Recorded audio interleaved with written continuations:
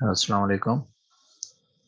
आज हम elasticity of demand and supply के चैप्टर में जो टॉपिक स्टार्ट कर रहे हैं that is about other इलास्टिसिटीज of demand.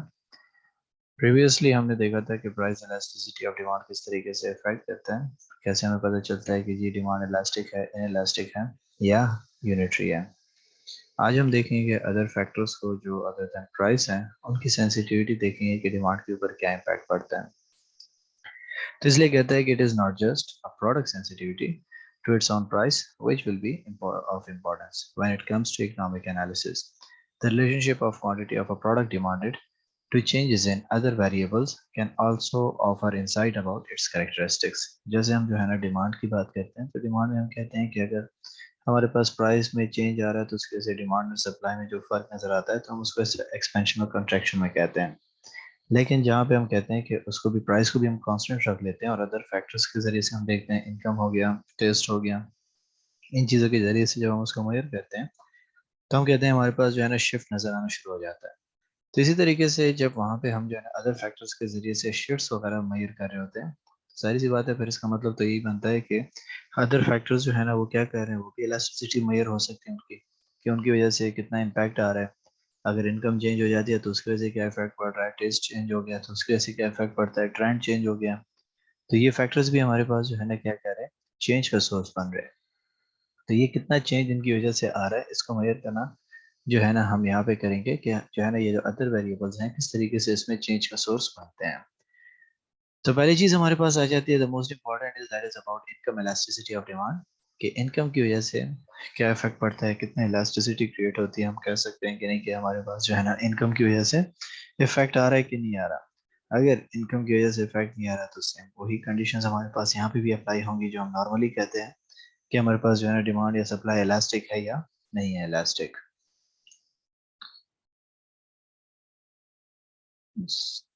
सो कहता है कि the income elasticity of demand measures how demand responds to a change in income of the society.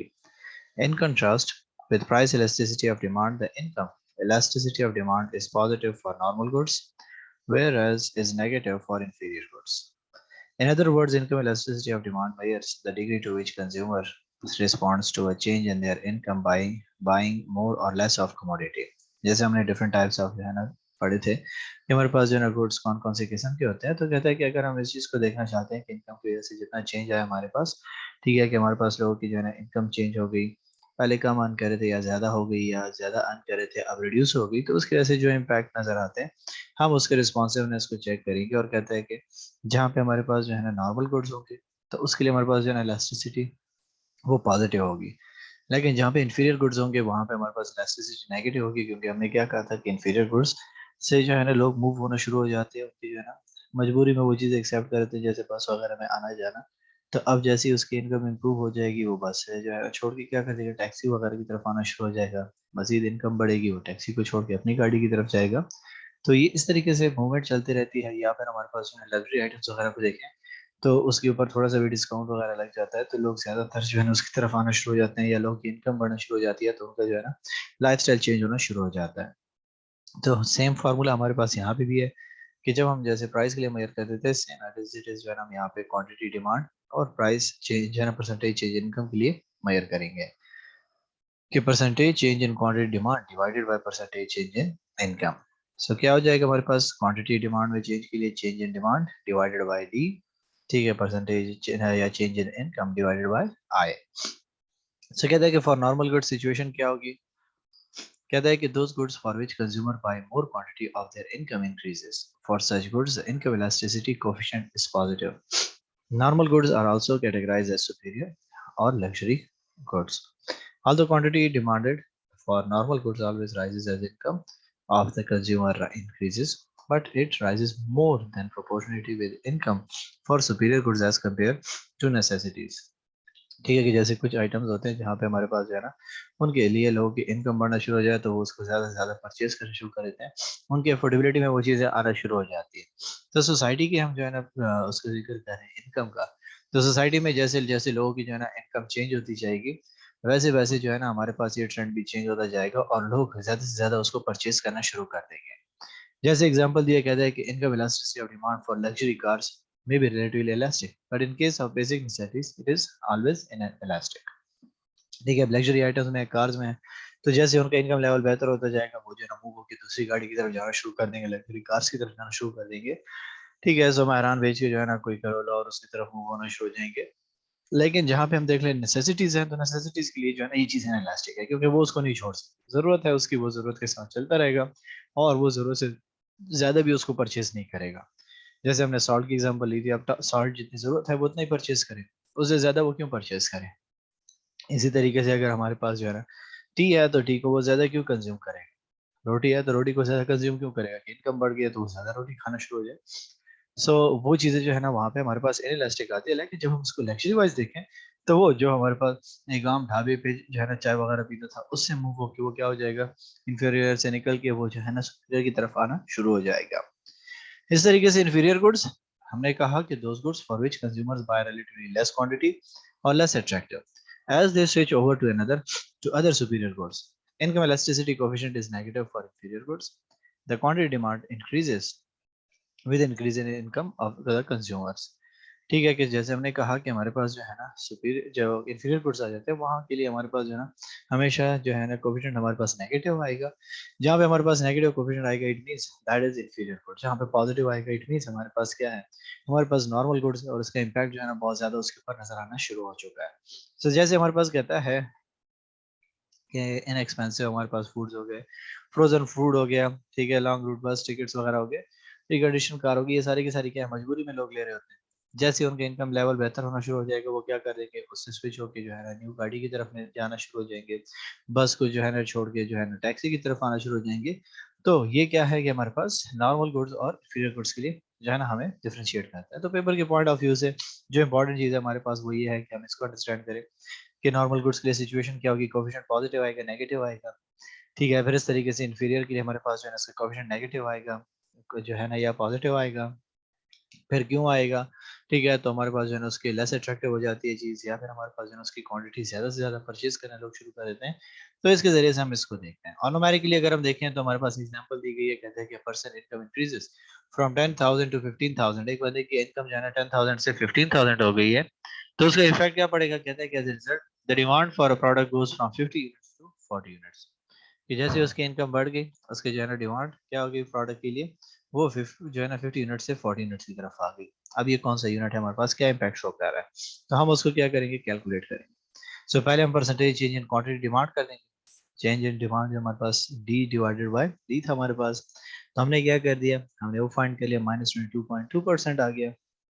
फिर हमने कहा कि इनकम चेंज है, तो हमने उसको फाइंड कर लिया। देन हमने उसको इनकम इलास्टिसिटी के फार्मूले में पुट किया, तो हमारे पास क्या है, नेगेटिव साइन आया, -0.56 आया। तो -0.56 का मतलब क्या हुआ, in this case the income elasticity of demand is inelastic, but the nature of the product is inferior as the coefficient is negative, that is the candidate of inverse relationship between income and demand for a product।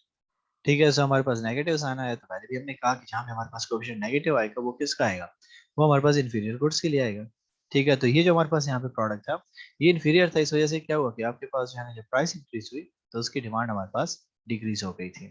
तो इस तरीके से हम क्या करते हैं, simply in चीज़ों को डिस्टिंग्विश कर पाते हैं कि हमारे पास जो है ना गुड्स जो थे वो इंफीरियर थे, या हमारे पास नॉर्मल गुड्स है, और उसका इम्पैक्ट हमारे पास क्या है, कि उनकी में जो है ना जब इनकम लोगों की बढ़ी, लेट से वही हमारे पास ओल्ड डेफिनेशन की, अगर हमारे पास एक जो है ना 1% हमारे पास जो है ना इनकम में जो है ना फर्क आ जाता है, इंक्रीज आ जाता है, तो उसकी वजह से क्या हुआ, 0.56 हमारे पास जो है ना उसके डिमांड में डिक्रीज आना शुरू हो गया, क्योंकि लोग वो स्विच होना शुरू हो गए। So कहता है कि here we pay particular attention to the signs of the result because it is negative. This means that the good is inferior. As the income has increased, demand for it has decreased. ठीक है, कि हमारे पास जो है ना sign ही हमें बता दिया कि हमारे पास जो है ना इनकम लोगों की बढ़ी, वो चीज़ जो है ना रिड्यूस होगी, तो रिड्यूस नहीं होनी चाहिए थी, क्योंकि अगर हम जो है ना नॉर्मल गुड्स का देखते हैं, तो वहाँ पे जैसे जैसे इनकम बढ़ती गई, उन चीज़ों की डिमांड जो है ना वो क्या होगी, इंक्रीज होना शुरू हो गई। लेकिन यहाँ पे हमारे पास जो है ना सिचुएशन इनवर्स की तरफ जा रही है, तो इट मीन्स कि वो हमारे पास इंफीरियर गुड था, कि जैसे उसकी इनकम बढ़ गई, उसने उसकी कंजम्पशन को रिड्यूस कर दिया। सो कहते हैं कि अप्लाइड व्यू हमारे पास क्या है इसका, प्रैक्टिकली अगर हम इसको देखें तो किस तरीके से है, तो क्या कहता है कि coefficient of income elasticity has a great importance to predict that demand for which product will decline more rapid than others, especially during economic crisis. Such as in the recent COVID-19, as income gone down, we have seen that the effect of demand for cars was worse than demand for food and other basic needs. Products with high income elasticity of demand get more hit by recession as compared to those with low income elasticity of demand. ठीक है कि economic crisis में देखें तो हमारे पास situation क्या थी, यही थी ना कि जब लोगों के पास जो है ना पैसे इनकम कम होते गए, उनकी जो है ना जो अमाउंट थी वो उनके पास लेस लेफ्ट होना शुरू हो गई, तो इन्होंने क्या कर दिया कि इस किस्म के जो लग्जरी आइटम्स या नॉर्मल गुड्स से उनको रिड्यूस करना शुरू कर दिया। ठीक है, और मेजर फोकस वहाँ पे कहाँ आना शुरू हो गया, बेसिक नीड्स पे आ गया। अब उन पे तो कॉम्प्रोमाइज नहीं हो सकता था, तो बेसिक नीड्स पे थोड़ा बहुत जो है ना आपके पास इफेक्ट नजर आया, लेकिन जहाँ पे हमारे पास नॉर्मल गुड्स थे वो हमारे पास क्या है, वो बुरी तरह इफेक्ट होना शुरू हो गए, क्योंकि हमारे पास क्या था कि इनकम जो है ना लोगों की रिड्यूस होगी और उसकी वजह से इन तमाम चीज़ों की डिमांड जो हमारे पास खत्म होने के बराबर आ चुकी थी। तो इसलिए कहता है कि products with high income elasticity of demand get more hit by recession as compare to those with less low income elasticity of demand. तो इसी से जो है ना उनको कंपनीज वगैरह को भी पता चल जाता है कि हमारे प्रोडक्ट्स किस तरीके से इफेक्ट होंगे, किस तरीके से हम सफ़र होंगे अगर हमारे पास जो है ना लोगों की इनकम रिड्यूस हो जाती है, या फिर लोगों की जो है ना इनकम इंक्रीज हो जाएगी, तो इससे क्या इफेक्ट पड़ेगा। सो कहता है कि as we discussed in previous chapter, this can occur for a number of reasons, such as consumer choosing the high जो है ना to choose consume higher quality products. के हमारे पास जो है ना प्रीवियसली हमने जब देखा था तो डिमांड में हमने क्या कहा था कि लोग जो है ना एक नॉर्मल गुड से निकल के क्या कर देते हैं, एक अच्छे गुड की तरफ जाना शुरू हो जाते हैं, मूव होना शुरू हो जाते हैं कि यार अब मैं अफोर्ड कर सकता हूँ, तो मुझे जो है ना थोड़ा सा फैसिलिटीज की तरफ जाना चाहिए, मुझे जो है ना इससे बेहतर की तरफ जाना चाहिए। तो इसलिए कहता है कि knowledge of income elasticity of demand is important for a businessman deciding on its future product range। Company को भी पता चल जाता है कि वो जो प्रोडक्ट ये लाना चाहता है मार्केट में वो किस कैटेगरी में लाई करता है और उसकी इंपॉर्टेंस लोगों के लिए क्या होगी, तो वो उसी के अकॉर्डिंगली उसको प्राइस भी करेगा, उसी के अकॉर्डिंगली जो है ना उसकी डिमांड भी क्रिएट करेगा ताकि लोग जो है ना उसको परचेज कर सके। So कहते हैं कि firm can use the information to forecast the impact that forecasted changes in income will have on the demand for individual product. This in turn aids sales and production planning। कि अगर हम firm के perspective से देखें तो वो क्या करता है कि इस किस्म की इंफॉर्मेशन को देखता है कि जहाँ पे हमारे पास लोगों की इनकम चेंज होगी तो उनके इंडिविजुअल प्रोडक्ट्स के ऊपर क्या इम्पैक्ट पड़ेगा, उसकी डिमांड ज़्यादा होगी कम होगी क्या होगा, तो वो पहले से उसके लिए प्लान करते हैं कि जो बजट आने वाला है यहाँ पे लोग की सैलरीज वगैरह एक्सपेक्टेड है कि इतनी इंक्रीज हो जाए इनकम, तो मैं अपने प्रोडक्ट्स को किस तरीके से प्लेस करूंगा कि लोग उसको परचेज करें। So कहते हैं कि as an economy grows and income rises, firms need to be producing goods which have a high income elasticity of demand so that business grows and sales increase. This might require the switching of resources from production of goods which have a low income elasticity of demand to those with a high income elasticity of demand. Alternatively, existing products may be graded to give them a higher income elasticity of demand। ठीक है, तो हमने कहा कि जहाँ पे हमारे पास जो है ना फर्म्स हैं तो वो अपने प्रोडक्ट को प्लेसमेंट और तमाम के तमाम स्ट्रेटजीज को इसके ऊपर डिपेंडेंट करते हैं, तो वो भी इस चीज़ को देखेंगे कि फर्म को कौन से प्रोडक्ट प्रोड्यूस करने हैं जो हमारे पास ज़्यादा इलास्टिक होंगे, वो उनकी तरफ ज़्यादा एम्फेसाइज करना शुरू कर देंगे, अपने बिजनेस को एक्सपेंड करना शुरू कर देंगे, ग्रो करना शुरू कर देंगे, क्योंकि वहाँ पे अगर वो थोड़ी सी भी चेंजेस जो है ना लोगों की इनकम में आना शुरू हो जाएंगी तो उसकी डिमांड बढ़ना शुरू हो जाएगी। ठीक है, तो वो क्या करता है कि अपने जो उनके पास जो है ना लो इलास्टिक डिमांड है उनसे ज़्यादा फोकस किस पे करना शुरू करता है, वो हाई इनकम इलास्टिक प्रोडक्ट के ऊपर फोकस करना शुरू कर देता है। ठीक है, ताकि हमारे पास क्या हो जाए कि जो है ना हम जो है ना थोड़ी सी भी लोगों की इनकम जैसे बजट के टाइम पे इंक्रीज आ गया या फिर उनके पास है ना कोई और रिसोर्सेज आना शुरू हो गए, तो वो क्या करते हैं कि उन प्रोडक्ट्स के ऊपर एम्फेसाइज करना शुरू कर देंगे जो लो इनएलास्टिक होंगे या इनएलास्टिक होंगे हमारे पास, उनकी तरफ फोकस कम करना शुरू कर देंगे, क्योंकि इनकम की वजह से उसके ऊपर इम्पैक्ट तो पड़ने वाला नहीं है, ना ही उनकी डिमांड इंक्रीज होने वाली है। तो वो बजाय इसके कि जो है ना वहाँ पे टाइम अपना स्पेंड करे या अपनी एफर्ट्स उस पर लगाए, वो मूव होकर दूसरी तरफ अपना एम्फेसाइज करना शुरू कर देंगे। नेक्स्ट हमारे पास आ जाता है, ठीक है, क्रॉस इलास्टिसिटी ऑफ डिमांड या cross price elasticity of demand. तो हमने कहा था कि सिर्फ हमारे पास जो है ना एक सिचुएशन ये नहीं है कि हम इनकम के थ्रू इसको मेजर करें, हम इसको क्रॉस में भी देखते हैं कि एक प्रोडक्ट की वजह से दूसरे के ऊपर इम्पैक्ट क्या पड़ता है। ठीक है, तो अब एक सब्स्टिट्यूट से लोग निकल के दूसरे सब्स्टिट्यूट की तरफ जाते हैं तो उसके ऊपर क्या इम्पैक्ट पड़ा। ठीक है, तो वो चीज़ भी मेजर करना हमारे लिए बहुत इंपॉर्टेंट है। तो क्रॉस इलास्टिसिटी ऑफ डिमांड हमारे पास बेसिकली इस चीज़ को मेजर करता है कि जब कंज्यूमर एक प्रोडक्ट से जो है ना, एक प्रोडक्ट की कीमत ज़्यादा हो जाए तो वो दूसरे प्रोडक्ट के ऊपर उसका क्या इम्पैक्ट पड़ता है, उसकी डिमांड इंक्रीज होती है या डिक्रीज होती है, हम उसको भी मेजर करते हैं क्रॉस इलास्टिसिटी ऑफ डिमांड में। तो कहते हैं कि in economics frequently we have discussed about the related goods means those goods for which the price of one product influence the demand for other.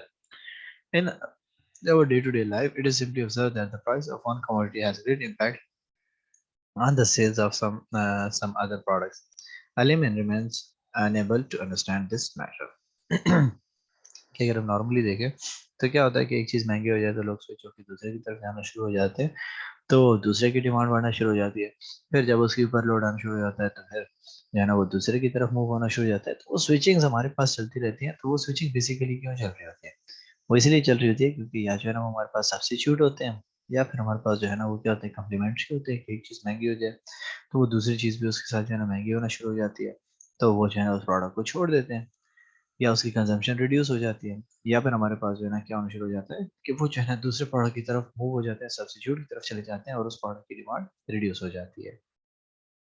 तो इसलिए कहता है कि हमारे पास जो है ना जैसे बटर और उसके मार्जिन की एग्जांपल है, तो कहते हैं कि 10% हमारे पास जो है ना प्राइस डिक्रीज हो जाती है बटर की। कहता है कि 10% decrease in the price of butter it's demand for margin bye 5%, then the cross price elasticity of demand will be minus 0.5.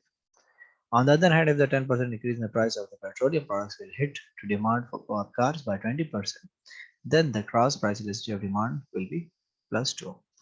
ठीक है कि हमारे पास जो है ना सिंपली देखें तो क्लोज जो है ना हमारे पास सब्स्टिट्यूट्स हैं, ठीक है, बटर और मार्जिन। तो अगर हमारे पास जो है ना उसकी प्राइस 10% कम होगी तो लोग जो है ना क्या करेंगे, उसकी डिमांड जो है ना वो 5% हिट होना शुरू हो जाएगी, इंक्रीज होना शुरू हो जाएगी। तो हमारे पास क्या है, वो प्राइस इलास्टिसिटी अगर हम देखें तो क्रॉस में हमारे पास नेगेटिव आना शुरू हो गई। लेकिन जहाँ पे हम बात कर लेते हैं पेट्रोल वगैरह की, ठीक है, तो कहते हैं कि अगर प्राइस हमारे पास पेट्रोलियम प्रोडक्ट्स की 10% इंक्रीज हो जाती है तो वो डिमांड कार की क्या हो जाएगा, उसकी वजह से 20% इफेक्ट होना शुरू हो जाएगा। तो हम कहेंगे कि क्रॉस इलास्टिसिटी ऑफ डिमांड हमारे पास क्या है, वो डबल होगी उसके। ठीक है, तो इस तरीके से सेम हमारे पास क्या करना होगा, हम इस चीज़ को कैलकुलेट करेंगे कि हमारे पास जो है ना एक प्रोडक्ट की वजह से दूसरे प्रोडक्ट की डिमांड के ऊपर क्या इम्पैक्ट पड़ता है, और इसको कैलकुलेट करने के लिए वही फार्मूला हमारे पास एज इट इज होगा। लेकिन यहाँ पे हम क्या करेंगे कि हम जो है ना प्रोडक्ट ए प्रोडक्ट बी के साथ कंपैरिजन करेंगे। वहाँ पे हम क्या करते थे कि प्राइस ऑफ अ प्रोडक्ट जो है ना हम ले लेते थे, और हम जो है ना क्वांटिटी डिमांड का जिक्र करते थे। यहाँ पे हम जो है ना क्वांटिटी डिमांड प्रोडक्ट ए का करेंगे और प्राइस जो हमारे पास चेंज होगा वो बी का होगा। तो इसलिए कहता है कि the cross elasticity of demand measures how sensitive consumer purchases of one product are to change in the price of some other products. The calculation of cross price elasticity of demand is just like the simple price elasticity of demand only by taking the price of related goods. कि ऐसे ही same हमने क्या करना है, इसको भी major करना है। ठीक है, जैसे हम जो है ना सेंसिटिविटी को मेजर करना चाहते हैं, तो हाउ सेंसिटिव हमने कहा कि consumer purchase one product are to change in price of other goods के एक की प्राइस चेंज होने की वजह से दूसरे के ऊपर क्या इम्पैक्ट नजर आ रहा है, दूसरे की तरफ वो स्विच कर रहे हैं कि नहीं कर रहे, उन चीज़ों को हम जो है ना मेजर करेंगे और वही फार्मूला हमारे पास जो है ना हम यूटिलाइज कर रहे हैं और इसको देखेंगे तो हमारे पास क्या हुआ। हम जो है ना ए की डिमांड को देखें, ठीक है, और फिर बी को देखें, कि हमारे पास क्या हो जाएगा, change in quantity A divided by sum of quantity. फिर हमारे पास price of commodity B divided by change in हमारे पास प्राइस ऑफ कमोडिटी बी आ जाएगा। फिर हम जो है ना क्या करेंगे, इलास्टिसिटी को देखें तो हमारे पास तो जो है ना हमने क्या किया, क्रॉस मल्टीप्लिकेशन की, हमारे पास आ जाएगा price of quantity B divide by quantity A, और फिर क्वांटिटी ए की डिमांड चेंज हमारे पास उसमें जो आया तो प्राइस के साथ हम उसको मेजर करेंगे। तो कहते हैं कि हमारे पास क्या हुआ, पी बी हमारे पास ओरिजिनल प्राइस है, चेंज इन प्राइस हमारे पास जो है जो चेंज आया हमारे पास क्यू ए ओरिजिनल क्वांटिटी, और हमारे पास चेंज इन क्वांटिटी है। तो दोनों की क्वांटिटीज में हमारे पास जो है चेंज आया, हम उस चीज़ को देखेंगे और हमारे पास उसके रियल प्राइसेस जो थी हम उसके साथ उसका कंपैरिजन करेंगे। तो कहते हैं कि analyse price elasticity of demand, unlike price elasticity of demand the coefficient of cross elasticity demand में बी पॉजिटिव और नेगेटिव। तो हमारे पास जो है ना क्या होगा कि यहाँ पे क्रॉस इलास्टिसिटी में भी हम देखें तो हमारे पास पॉजिटिव और नेगेटिव आएगा। ठीक है, और वो हमें बताएगा कि दीज आर कॉम्प्लीमेंट्स और सब्स्टिट्यूट्स। तो पहले हमारे पास चीज जो आ जाती है वो है cross elasticity of demand for substitutes, कि if the coefficient of cross elasticity of demand is positive then the products are graded as substitute. as the demand for one product moves in the same direction to the change in the price of other products. ये दोनों एक ही direction में जा रहे हैं, change हमारे पास जो है ना आ रहा है, लेकिन क्या आ रहा है, दूसरे की तरफ मूव होना शुरू हो गया। एक की प्राइस बढ़ गई, दूसरे की जो है ना तरफ लोग स्विच होना शुरू हो गए, उसकी डिमांड इंक्रीज हो गई, तो हमारे पास पॉजिटिव इम्पैक्ट नजर आना शुरू हो जाता है इसकी वजह से। तो जब हमारे पास जो है ना पॉजिटिव कोफिशिएंट आएगा, हम कहेंगे कि दीज आर सब्स्टिट्यूट्स। जैसे इन्होंने एग्जांपल दिया कि any increase in the price of the Lipton tea bags will cause the shift of the consumer to Supreme tea bags, resulting in positive less elasticity of demand। कि एक से हट के, Lipton से हट के वो सुप्रीम की तरफ चले गए, तो सुप्रीम की डिमांड बढ़ना शुरू हो गई। The value of the cross elasticity depends on the degree of substitutability of the product, कि कितना substitute जो है ना एक दूसरे का है, तो वो हमारे पास उसी डिग्री से पता चलेगा कितना हमारे पास हाई नंबर आ रहा है। तो जितना ज़्यादा हाई नंबर हमारे पास आ रहा है, वो हमारे पास बताएगा कि वो कितने जो है ना हमारे पास सब्स्टिट्यूटेबल है एक दूसरे के साथ, कितना ज़्यादा जो है ना लोग स्विचिंग करते हैं इन दोनों के दरमियान। तो प्रॉब्लम हमारे पास गिवन है, कहता है कि दो क्वांटिटी प्रोडक्ट्स हमें दिए गए हैं, प्राइस उसकी प्राइस हमारे पास प्रोडक्ट ए का हमारे पास 110 था, उसको मूव होके वो 100 तक आ गया। क्वांटिटी देखें तो 200 था हमारे पास 110 पे प्रोडक्ट बी का। अब जो हमारे पास जो है ना प्राइस उसकी कम होगी, 100 की होगी, क्वांटिटी डिमांड जो है ना दूसरे की रिड्यूस होगी उसकी वजह से। तो फार्मूला हमारे पास वही है, change in quantity B divide by sum of quantities be by 2, और change in price of a sum of the price of the हमारे पास ए का। तो हमने उन चीज़ों को कैलकुलेट किया, तो हमारे पास जो है इलास्टिसिटी को देखें तो प्लस 3.01 इलास्टिक डिमांड आ गई। So positive sign shows the products are substitute, हमारे पास जो है ना सब्स्टिट्यूट प्रोडक्ट्स है, और एक में हमारे पास जो है डिक्रीज आया, तो दूसरे की वजह से हमारे पास वहाँ पे पॉजिटिव इम्पैक्ट आना शुरू हो गया। तो हम जो है ना इस तरीके से इन चीज़ों को देखते हैं कि हमारे पास जो था कि एक में प्राइसेस हमारे पास रिड्यूस हो जाती हैं, तो दूसरे के ऊपर इम्पैक्ट क्या पड़ रहा है, और दूसरे की जो है ना अगर हमारे पास प्राइसेस रिड्यूस हो जाती हैं, तो उसकी वजह से एक ही प्रोडक्ट के ऊपर क्या इम्पैक्ट पड़ता है, हम उन चीज़ों को मेजर करते हैं। और जहाँ पे हमारे पास पॉजिटिव साइन आ गया, तो उसने हमें क्या बताया कि हमारे पास ये चीज़ें सारी की सारी एक दूसरे के सब्स्टिट्यूट चलनी है, दोनों प्रोडक्ट्स कि एक की प्राइस जो हमारे पास क्या होगी, वो रिड्यूस होगी, तो हमारे पास क्वांटिटी की डिमांड भी हमारे पास वो कम होगी, उसकी यूनिट्स भी उसने रिड्यूस करना शुरू कर दी। सो कहते हैं कि cross elastic demand for complements goods, जो हमने पहले कहा कि हमारे पास जो है ना कुछ प्रोडक्ट्स कॉम्प्लीमेंट भी होते हैं, कि एक के साथ दूसरा जो है ना उसके लिए यूज़ होना बड़ा ज़रूरी होता है। जैसे हमारे पास जो है ना सेल फोन हो गया और उसका चार्जर हो गया, शू पेयर है तो लेसेस के बगैर वो काम नहीं हो सकता, गाड़ी है तो टायर के बगैर नहीं चल सकती। तो इस किस्म के जो गुड्स होते हैं, इसको हम क्या कहते हैं, नॉर्मली हम कहते हैं कॉम्प्लीमेंट्री गुड्स। तो इनके लिए क्या होगा हमारे पास सिचुएशन, कहते हैं for complementary products coefficient of cross elasticity of demand is negative, as the demand for one product moves in the opposite direction to the change in price of other product। ये हमारे पास situation क्या होगी, हमारे पास जो है ना coefficient इसका नेगेटिव आएगा, क्यों, क्योंकि हमारे पास जो है एक प्रोडक्ट से मूव होकर वो क्या करे, दूसरे की तरफ जाना शुरू हो गया। As the demand for one product moves in the opposite direction to the change in price of other products. ये एक ही जो है ना उसमें फर्क आना शुरू हो गया, तो उसकी वजह से दूसरे की जो है ना डायरेक्शन के ऊपर भी फर्क आना शुरू हो जाएगा। जैसे कहता है कि increase in the price of shoe pair will reduce the use of shoelaces also, resulting in negative cross elasticity of demand, कि एक के प्राइस की वजह से दूसरे के ऊपर इम्पैक्ट आना शुरू हो गया, तो वो हमारे पास क्या कर रहा है, उसको नेगेटिवली रिप्रेजेंट कर रहा है। जो कहते हैं कि larger the negativity greater will be the complementarity of products. जैसे सब्स्टिट्यूटेबिलिटी हम देखते थे, इसी तरीके से जितना ज्यादा हमारे पास हाई कोएफिशिएंट आता जाएगा, वही हमें बताएगा कि इन दोनों के दरमियान कम्प्लीमेंटेरिटी कितनी ज्यादा है। सेम एग्जांपल हमारे पास गिवन है, ठीक है, प्रोडक्ट ए की प्राइस हमारे पास 100 थी, अब वो 110 हो गई, तो हमारे पास क्वांटिटी मान देखें 200 से 150 की तरफ मूव आना शुरू हो गए। तो यहाँ पे हम देखें तो हमारे पास सिचुएशन क्या थी, पहले एग्जांपल में जब हमने देखा तो प्राइस हमारे पास 110 थी, वो रिड्यूस हो गई। क्वांटिटी बी की डिमांड देखें तो हमारे पास वो क्या हो गया, वो भी रिड्यूस हो गई थी। यहाँ पे हमारे पास क्या हुआ कि हमारे पास जो है ना प्रोडक्ट ए की प्राइस हमारे पास इंक्रीज होगी, प्रोडक्ट बी की डिमांड भी हमारे पास क्या होगी, उसकी वजह से रिड्यूस होगी। तो जब हमने इसको कैलकुलेट किया, तो हमारे पास जो है ना सेम फिगर लेकिन नेगेटिव में आ गया। क्यों, क्योंकि हमारे पास क्या है, कॉम्प्लीमेंट साइन, कि एक की प्राइस जो है ना हमारे पास डिक्रीज हो गई, ठीक है, तो उसकी वजह से उसकी क्वांटिटी डिमांड जो है ना वो रिड्यूस हो गया। तो ऑपोजिट सिचुएशन में हमारे पास चल रहे हैं, वहाँ पे हमारे पास क्या था, प्राइस हमारे पास रिड्यूस होगी, ठीक है, तो उसकी जो है प्राइस इंक्रीज होगी, जो है ना हमारे पास डिमांड भी कम हो गई थी। सो साइंस मैटर करते हैं, इन चीज़ों को हमें बड़ा सेंसिटिवली मेजर करना होता है। तो कौन कौन से डिटर्मिनेंट्स हैं जो हमारे पास इलास्टिसिटी ऑफ डिमांड के जो है ना सोर्स बनते हैं। तो कहते हैं कि determinants are those factors which affect the degree of elasticity of demand. These factors describe how the elasticity of demand gets changed from product to product, time to time, and for different income groups. Such determinants are very helpful while formulating economic business plans for both government and individuals. ठीक है कि determinants हमारे लिए बड़े important है, हमें इनको बड़ा जो है ना सेंसिटिवली मेजर करना होता है क्या नेचर ऑफ प्रोडक्ट हमारे पास कैसा है, हम जो है ना इकोनॉमी को किस तरीके से जो है ना कंट्रीब्यूट कर रहे हैं और कौन से प्रोडक्ट्स जो है ना हम बना रहे हैं। तो चाहे वो गवर्नमेंट हो या जो है ना इंडिविजुअल्स हो, वो इसके ज़रिए से क्या करते हैं अपने जो है ना बिजनेस प्लान्स बनाते हैं कि हमने कौन सा प्रोडक्ट लॉन्च करना है, किस नेचर का है हमारे पास, कहाँ पे वो लाई कर रहा है, उसके ऊपर जो है ना डिमांड और सप्लाई के जो है ना जो इफेक्ट नजर आएगा वो कितना नजर आएगा, कितना हमारे पास जो है ना चेंजेस उसमें हमें नजर आएंगे। जिसमें पहली चीज हमारे पास आ गया substitute, the possibility of substitute. If these are there are close substitute for a goods, its demand is likely to be more elastic. For example, a rise in the price of a coffee will cause people to take more tea. In contrast, if there are no close substitute within the same price range, the demand for a commodity is likely to be inelastic as people do not have any option to switch. ठीक है, तो यहाँ पे हम कहते हैं कि monopoly बनाई गई है, तो मोनोपोली इसलिए तो बना लेते हैं वो लोग कि उनके साथ कोई क्लोज सब्सिट्यूट होता नहीं है कि लोग उसको जो है ना स्विच करके दूसरे की तरफ चले जाए। तो इसीलिए हम कहते हैं कि वहाँ पे हमारे पास सब्सिट्यूट नहीं है, तो फिर हमारे पास इनइलास्टिक होगी उसके जो है ना कोई भी उसके ऊपर फर्क नहीं पड़ेगा प्राइस वगैरह से।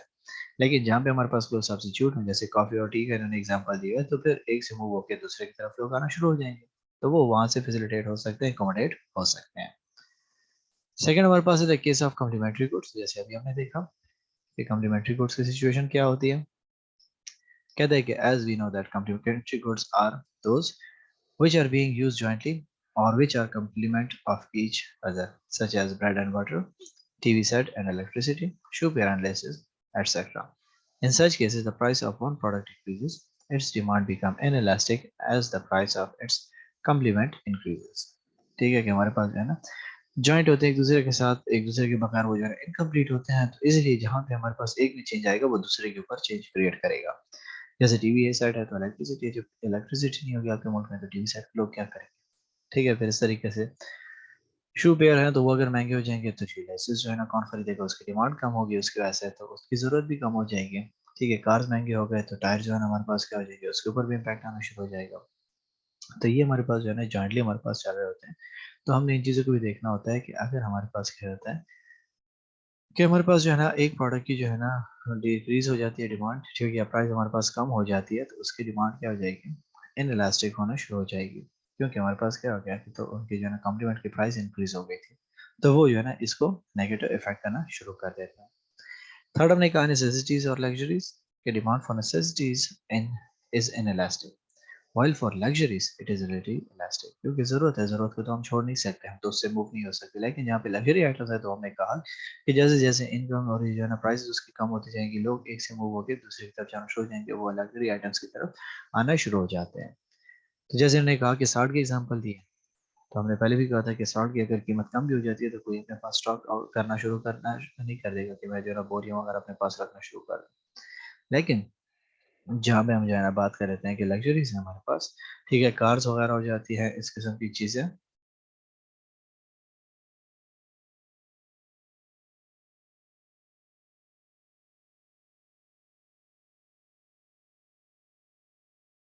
लग्जरी आइटम्स जो है अगर हम देखें तो वहाँ पे हमारे पास सिचुएशन बड़ी इलास्टिक होती है, लोग इजीली जो है ना वो स्विच करना शुरू कर देते हैं। सब कहते हैं कि अगर हमारे पास देखें तो डिमांड वहाँ पे क्या होगी, वो रिलेटिवली इलास्टिक होगी। ठीक है क्या, क्योंकि वो हमारे पास क्या है क्या, people can stay without using the product shortly, कि वहाँ पे जो है ना वो इसके लिए उनकी जरूरत तो नहीं है, बेसिक नीड्स तो नहीं है, बल्कि वो लग्जरी आइटम्स हैं तो उनके पास हो तो और भी अच्छा है, ना हो तो नॉट इनकम्प्लीट विदाउट दैट।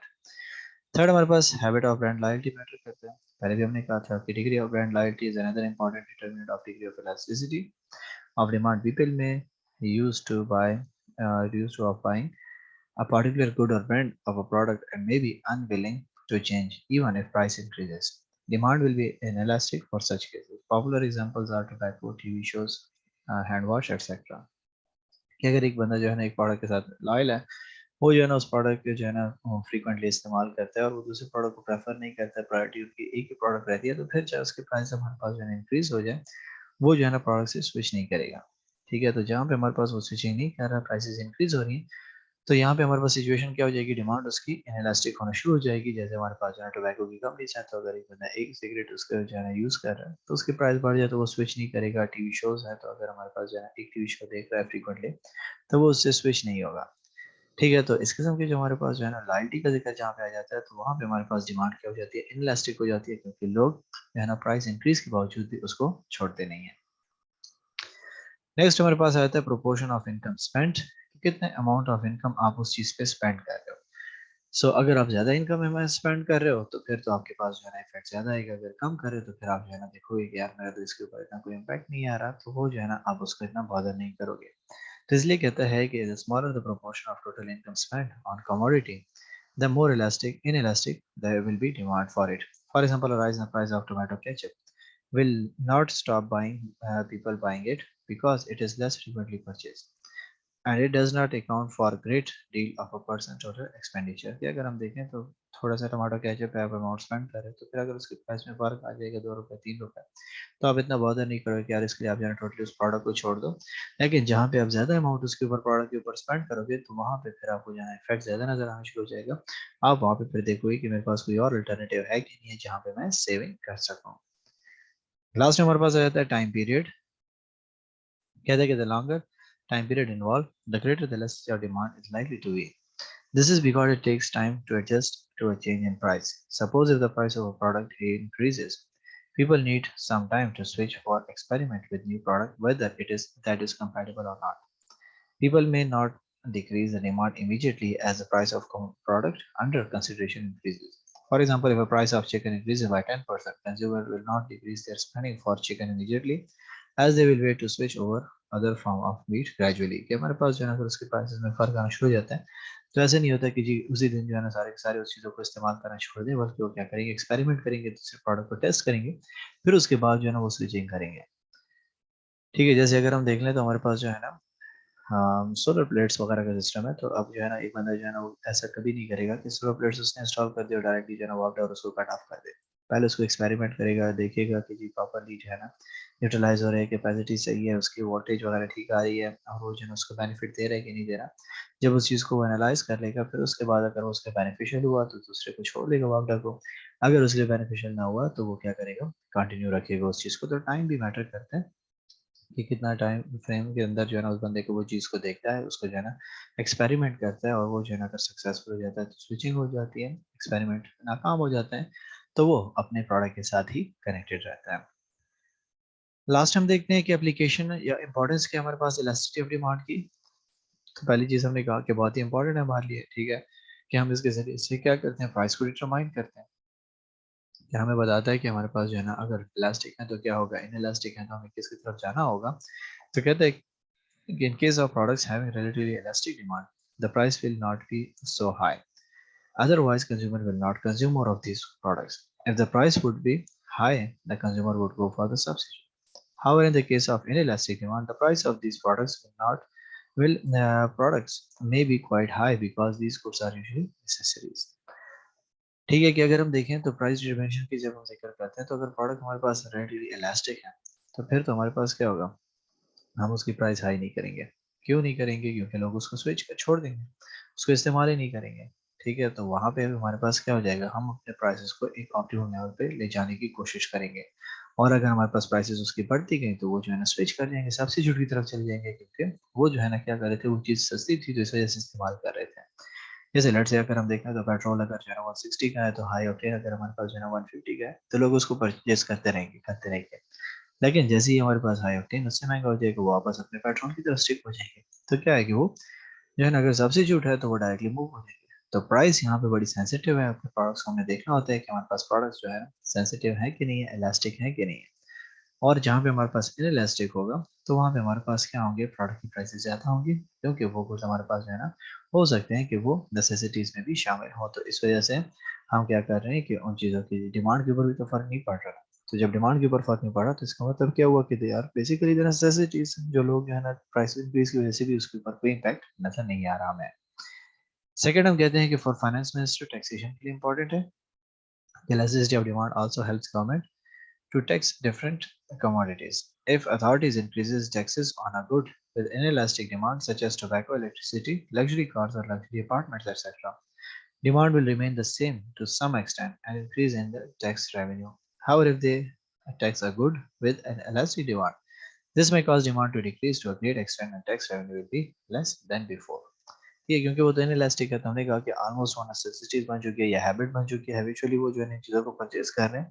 तो अगर उसके प्राइस में जो है ना फर्क आना शुरू हो जाता है तो वो उसको जो है तो वो नहीं करेंगे कि चलो टैक्सेस लगे, वो चीज़ थोड़ी सी महंगी होगी, 1 रुपये 2 रुपये या 3 रुपये वो चीज़ महंगी होगी, वो इसको नहीं छोड़ेंगे। लेकिन जहाँ पे हमारे पास जो है ना जिक्र आ जाता है हमारे लग्जरी आइटम्स का, ठीक हो गया, तो वहाँ पे या इलास्टिक प्रोडक्ट्स का, तो अगर वो उसकी प्राइस जो है ना इंक्रीज कर देगा, लोग डायरेक्टली क्या कर देंगे, उसको छोड़ देंगे। जैसे ही वो उस प्रोडक्ट को छोड़ देंगे तो क्या हो जाएगा, ना तो टैक्सेस अर्न होगी ना कंपनीज को बेनिफिट होगा। इसके बाद हमारे पास जो है ना guidance to for monopolist, monopolist को भी जो है ना गाइडेंस मिलती है ऐसे कि वो किस तरीके से चीज़ों को डिटरमाइन करते हैं। तो कहते हैं कि this is another important aspect of application of elasticity of demand.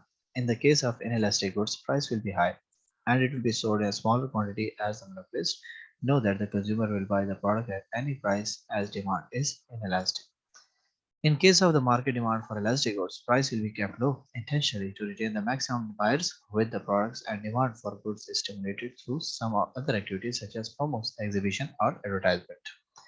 Inelastic तो हमने पहले ही कहा कि उसके ऊपर तो हमारे पास कोई फर्क नहीं पड़ने वाला।